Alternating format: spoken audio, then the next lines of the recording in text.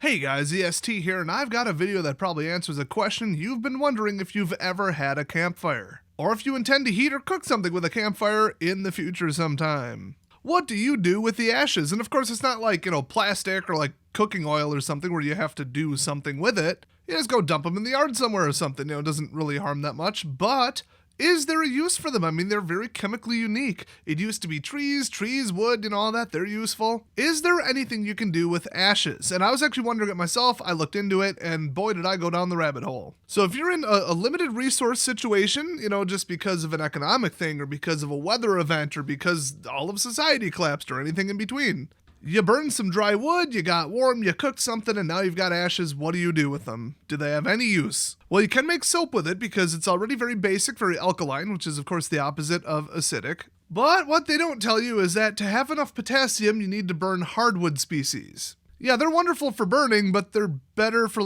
constructing basically anything. Oh, they're not called hardwood because they're very dense hardwood. I mean, that is pretty common, but they're broadleaf tropical trees that have a hard coating on the seeds. They also tend to grow a lot slower than pine. And they don't grow in all that many areas of the world either. So if you're just gonna burn whatever, maple, willow, pine, whatever just fell over in your backyard, who knows, you're probably not gonna make very good soap with it. Also, about 75% of this video turned out to actually be myths about what you can use ashes for. Because it turns out a bunch of these tricks you can do with ashes are about as accurate as Blossom's life hacks. So an actual use of it, because it's already kind of slippery and it's already pretty basic, is that you can clean really stuck on stains and adhesives and burned, just horrible stuff that you would have trouble getting off of glass and metal. So you want to make a paste with the ashes, and just the ashes. We're talking the white, super light, fluffy ashes, not any kind of, charred wood remnants or anything like that.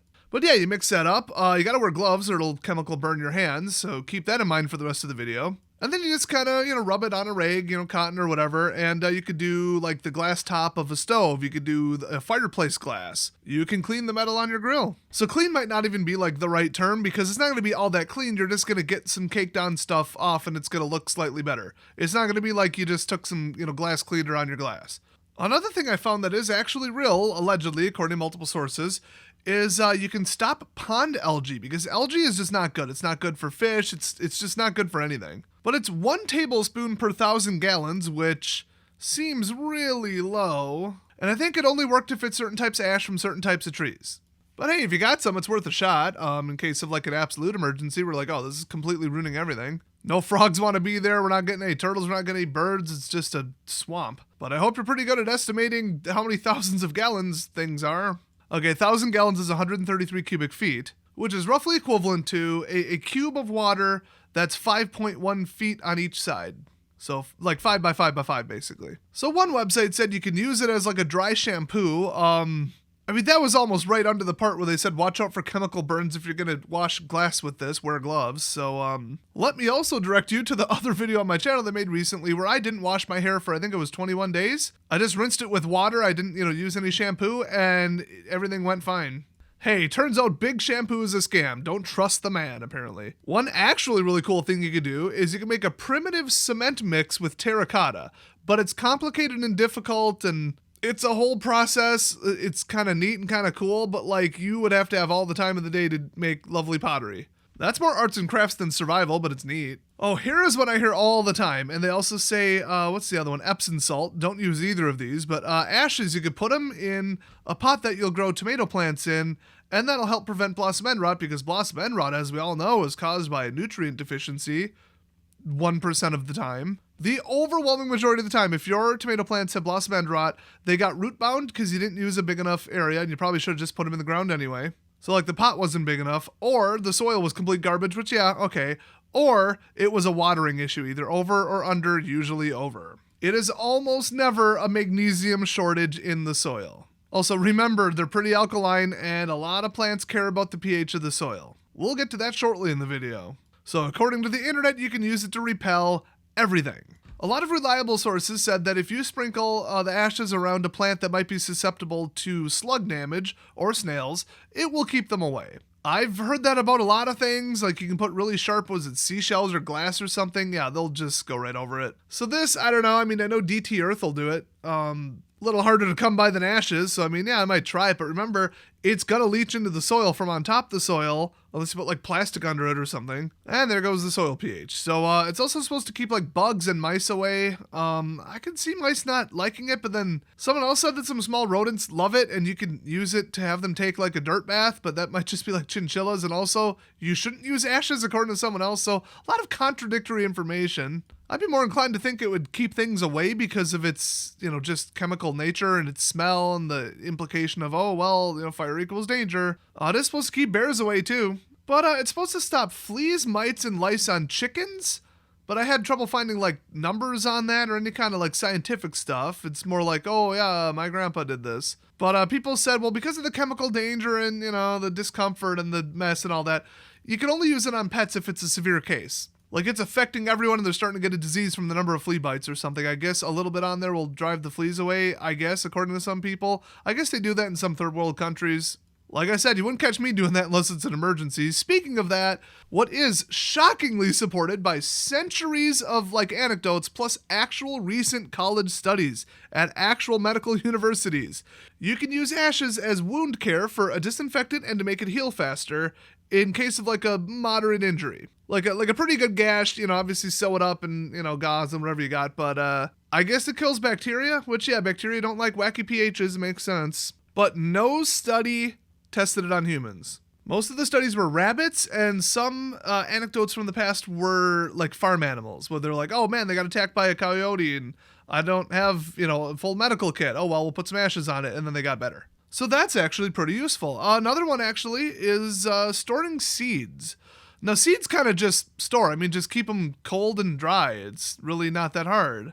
But bigger seeds like pumpkin seeds and, certain ones like that you want to keep multi-year, because almost any seed will keep for a year. Just keep them dry, keep the mold off them, and don't, store them at 100-degree temperatures. It's about all you have to do, really. And even then, I mean, they're designed to sit out in 110-degree sun, most of them. But still, I guess if you coat them in ashes, you could use them like years later with, I guess, pretty good results.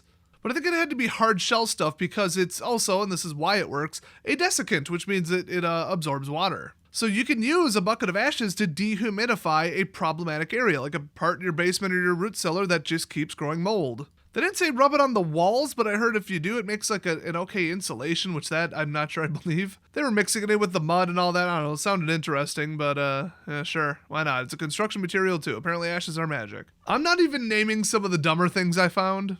But yeah, it's supposed to absorb some water from the air, so sure. It's probably the number one best use if you think about it, because mold will destroy any kind of subterranean storage. Next up, unsurprisingly, you can put out fires with it. Now, baking soda is better, and it's pretty shelf stable, obviously. But it's really just like the heaviness and the powder, but because of the powder, if it's a roaring fire, it's going to kind of carry it up. Like it's really, really, really ultralight powder, which blows away easily, and there's an updraft from, any kind of fire. Just because heat rises. So, I mean, that versus a bucket of water, I guess this is more like stable. I don't know, you're going to have a breathing issue the second that gets in the air. It's interesting, but yeah, I do know that powderized ashes will put out a fire because they'll put out a campfire unless you blow on it. If you like burn leaves and stuff, it'll kind of snuff out the coals. Like another thing I saw, and people absolutely agreed with this, is that you could absorb oil stains and other stains in concrete, like on your driveway, if your car leaked oil. But in like an emergency situation, who cares? So one more, somebody actually put this, you can add traction to snow in the winter.